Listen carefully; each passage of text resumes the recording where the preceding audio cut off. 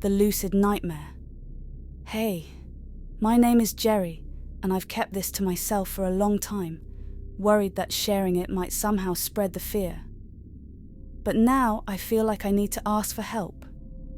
Whenever I lucid dream, which happens fairly often, something terrifying occurs. Out of nowhere, one of the dream characters will get too close and suddenly transform into something demonic. It's like they're draining all my energy, almost merging with me. The sensation is so overwhelming that I have to force myself awake every time. What's strange is that I never remember this happening until it does. It catches me off guard, lurking in the corners of my subconscious until it strikes. I hope it's just a trick of my mind, a manifestation of some deep-seated fear. But sometimes it feels too real, like there's something more sinister at play. Has anyone else experienced anything like this? I can usually handle regular nightmares when I'm lucid, but these entities appear so abruptly that I never have time to react. Let me take you back to when it all started. I was 17, experimenting with lucid dreaming after reading about it online. The idea of controlling my dreams fascinated me, and at first, it was incredible. I could fly, visit other worlds, and do things I'd never be able to do in real life. But then, the nightmares began. The first time it happened, I was in a dream where I was walking through a park. Everything seemed normal until a man approached me. His face was obscured in shadows, but I didn't think much of it. As he got closer, his features became clearer, and his eyes, those empty, hollow eyes, seemed to pierce through me. I felt an overwhelming sense of dread. Suddenly, his face contorted into a demonic visage, and he lunged at me. I felt a pull, as if he was draining my very essence. I woke up in a cold sweat, my heart pounding. I brushed it off as a one-time nightmare, but it kept happening. Each time I became lucid, one of the dream characters would transform into something terrifying. It wasn't just the appearances, it was the feeling that accompanied them. A cold, suffocating dread that made my skin crawl. They would get close, too close, and then try to merge with me, sucking away my energy. At first, I tried to confront them. In one dream, I found myself in a bustling city. I recognized the dreamscape and became lucid. I remembered the recurring nightmares and decided to take control. I walked up to a vendor selling ice cream and struck up a conversation, testing my lucidity. Suddenly, the vendor's face twisted and those same hollow eyes stared back at me. I tried to fight, to push him away, but it was like fighting smoke. He melted into me, and I felt the energy drain begin. I forced myself awake, gasping for air. I started researching ways to combat these nightmares. Some suggested confronting the demons, others recommended using protective symbols or objects. I tried everything. One night, I placed a small dream catcher under my pillow, hoping it would help. That night, I found myself in a library. I walked through the aisles, running my fingers along the spines of books. I felt a presence behind me and turned to see a young woman. She seemed normal, smiling at me as she asked for help finding a book.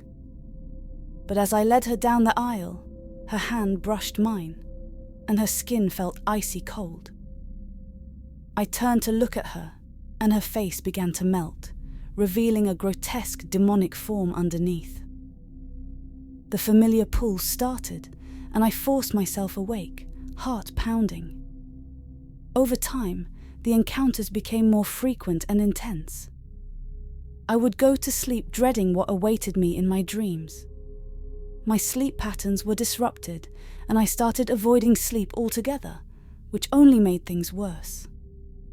The lack of rest affected my daily life, making me irritable and unfocused. Desperation led me to reach out online, hoping someone had experienced something similar. I posted in forums and chatted with others who practiced lucid dreaming. Most had never encountered anything like what I described. Some suggested I was bringing it upon myself by focusing too much on the nightmares. Others thought it might be some form of sleep paralysis. One night, after an especially exhausting day, I decided to try a new approach. I meditated before bed, focusing on calming my mind and setting an intention for a peaceful dream. I told myself that I would not encounter any nightmares, that I would be safe and in control. The dream started beautifully. I was in a meadow, the sun shining down, a gentle breeze rustling the grass. I walked through the meadow, feeling a sense of peace I hadn't felt in a long time. I became lucid and reminded myself of my intention. I explored the dreamscape, marveling at the vibrant colors and the sense of freedom. But as the sun began to set, I felt a familiar chill in the air. I saw a figure in the distance, standing at the edge of the meadow. Determined not to let fear take over, I approached the figure. It was a child, a young boy, looking lost and frightened. I knelt down, asking if he needed help. He looked up at me, tears streaming down his face. As I reached out to comfort him, his face contorted and he let out a guttural scream. The transformation was rapid, his small form twisting into something grotesque and menacing. The pull began, and I fought to wake up. This time, waking up didn't provide the relief it usually did.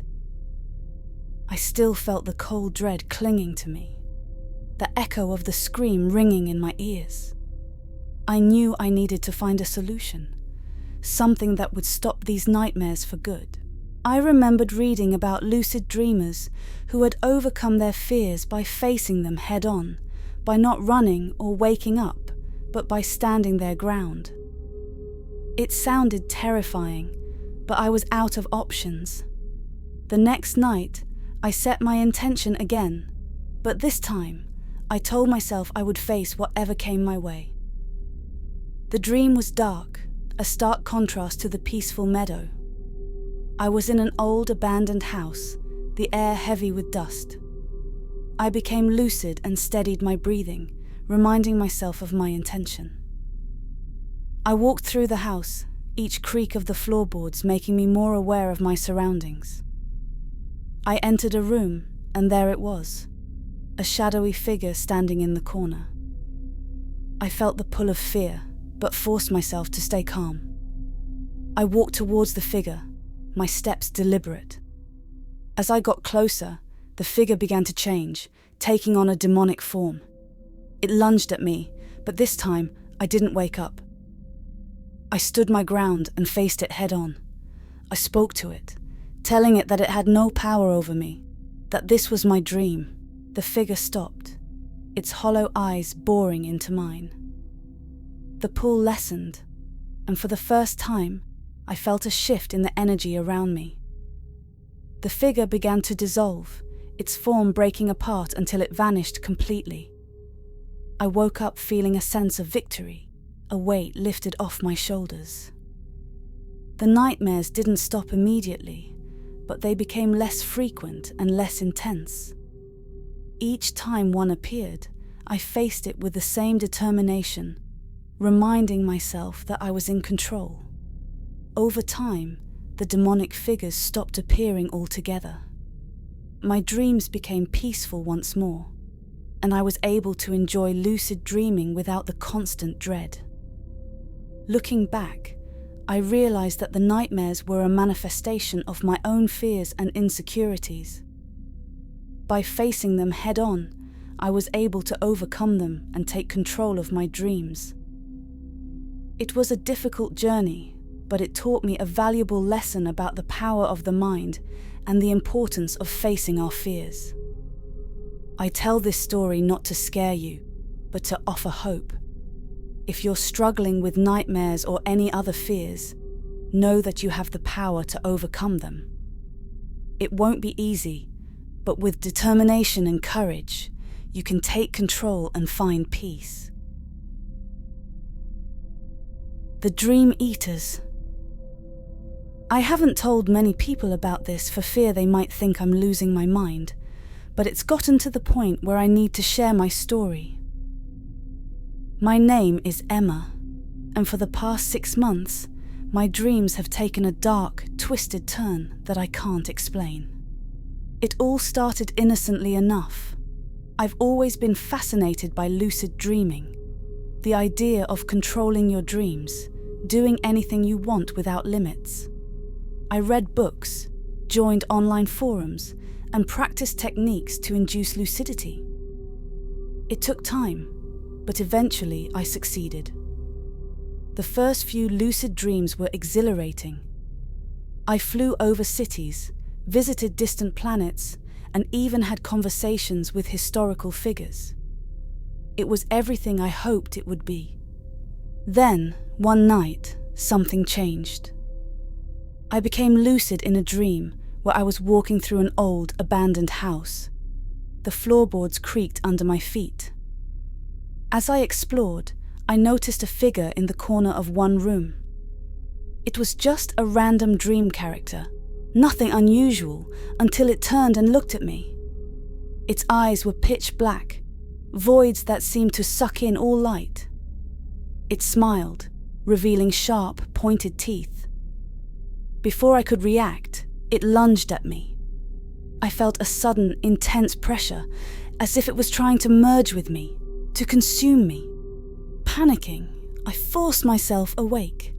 I sat up in bed filled with terror, afraid to fall asleep again, but tiredness took over. But the next time I became lucid, the same thing happened.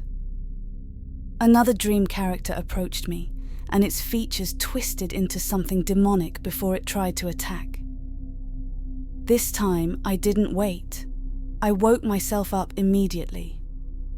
As the weeks went by, these encounters became more frequent. It seemed that every time I gained lucidity, one of these entities would find me. They would get close, and then their appearance would change.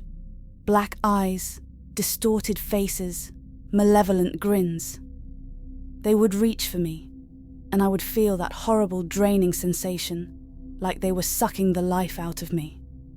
Each time, I woke up in a cold sweat. I began to dread falling asleep. The thought of encountering those creatures filled me with anxiety. Often, when I became lucid, I'd forgotten about them until they appeared. It was as if they were lurking, waiting for the moment I realized I was dreaming. I started searching for answers. I sought out local experts and even attended a few lucid dreaming workshops. While many attendees shared their experiences, none seemed quite as unsettling as mine. Some of the instructors suggested it was my subconscious playing tricks on me, a mere reflection of my internal fears. Others, however, hinted at more ominous theories, whispering that such entities might actually exist, thriving on the energy of those they torment. One night, I decided to confront them. I became lucid in a dream where I was in my childhood home. I steeled myself, determined not to wake up, no matter what happened. As expected, one of the creatures appeared. This time, it was a man in a dark suit, standing in the hallway. His eyes turned black, and he started towards me. "Who are you?" I demanded. "What do you want?" It stopped and tilted its head, as if considering my question. Then it spoke, its voice a raspy whisper. "We are the Dream Eaters." I felt a chill run down my spine. "Why are you here? What do you want from me?" It grinned. "Your fear, your energy, it sustains us." I wanted to run, to wake up, but I forced myself to stay.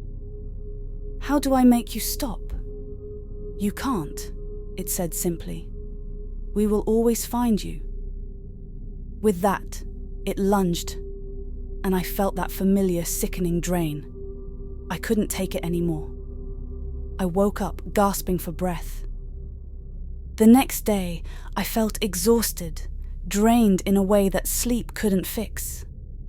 The encounters continued, each one leaving me more and more depleted.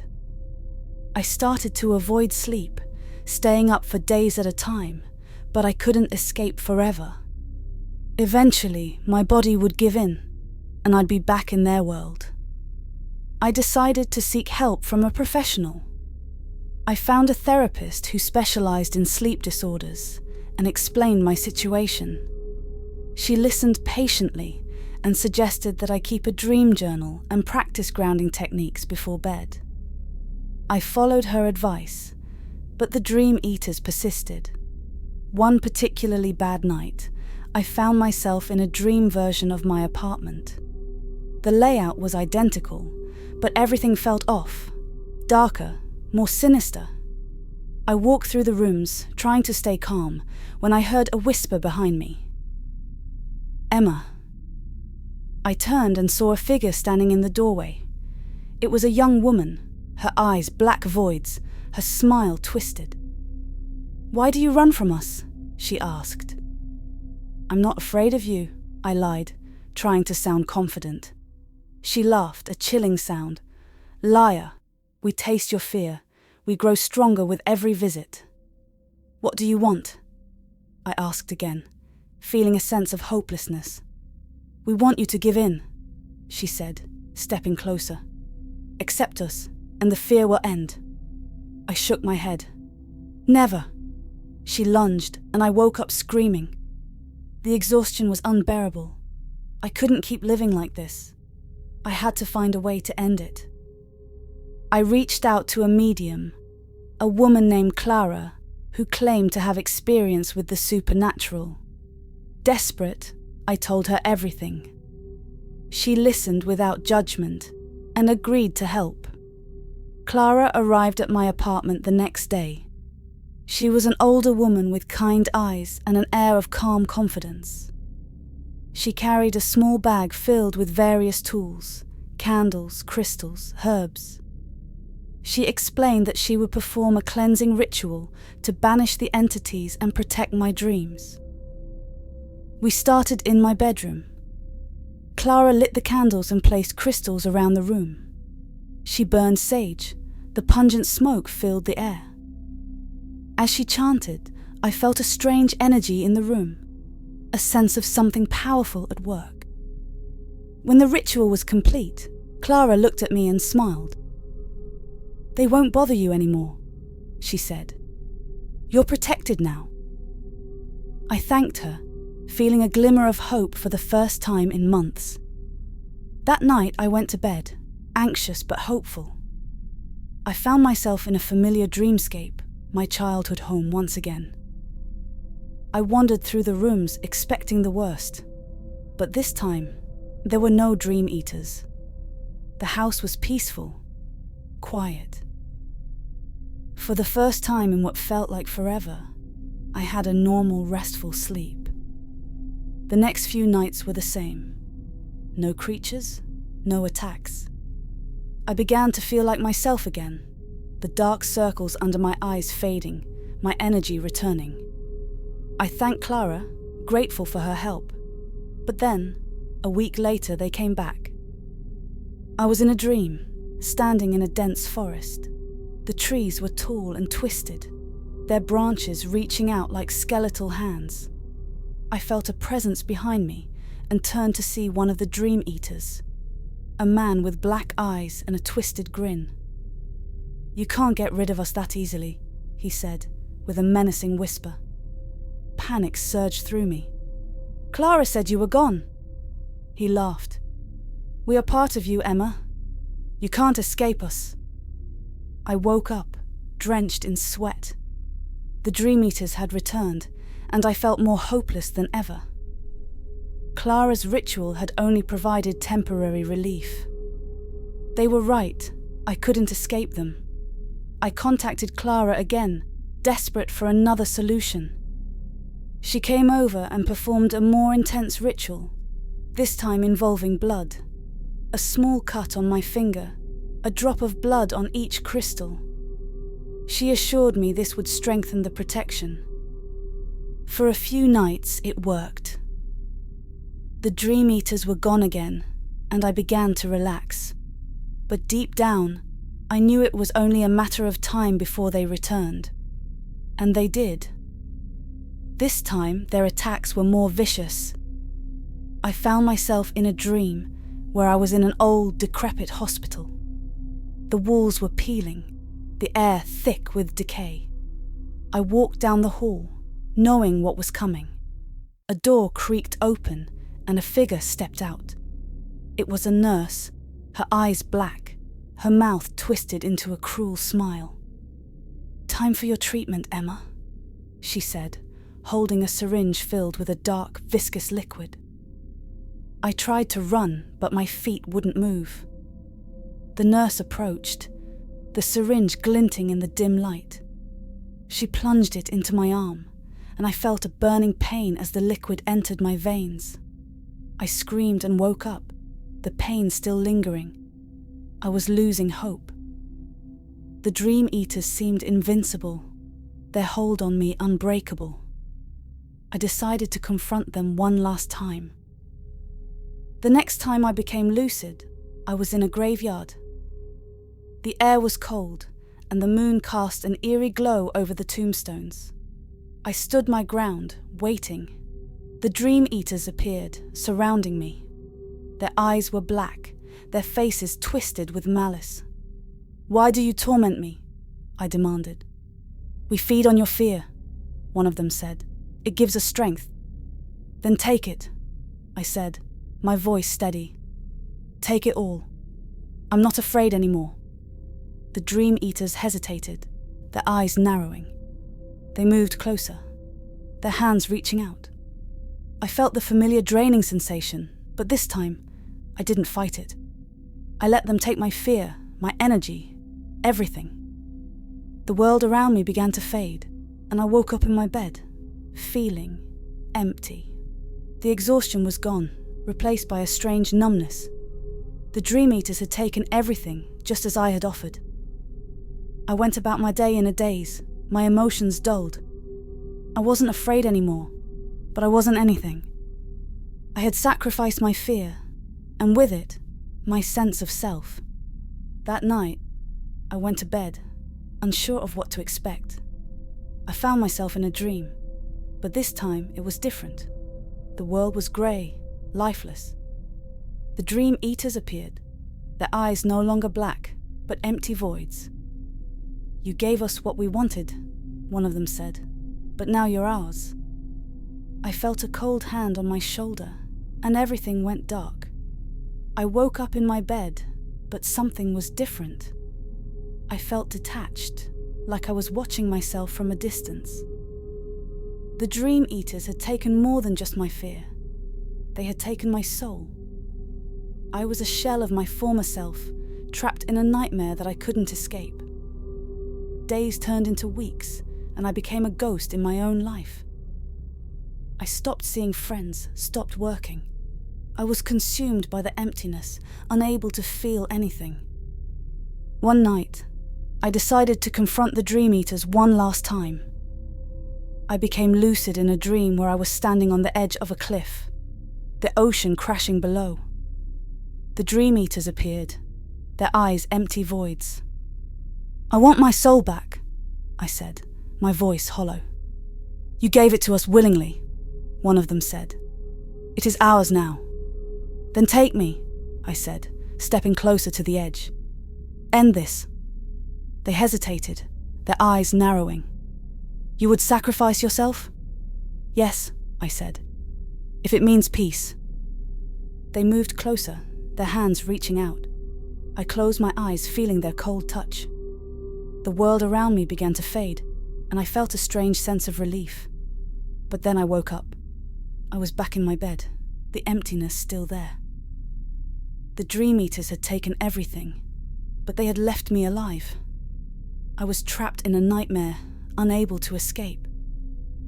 I realized then that the dream eaters weren't just creatures of my mind. They were a part of me. They fed on my fear, my energy, my soul, and I had given them everything. Now, I live in a state of perpetual numbness, a ghost in my own life. I don't dream anymore, but I can still feel their presence, lurking in the shadows of my mind. I share my story to warn you. There are things in this world that we don't understand, things that can take more than just your fear. Be careful what you give away in your dreams, because you might not get it back. You've braved the darkness with us. Subscribe and keep the spirits at bay. Until next time, sleep if you dare.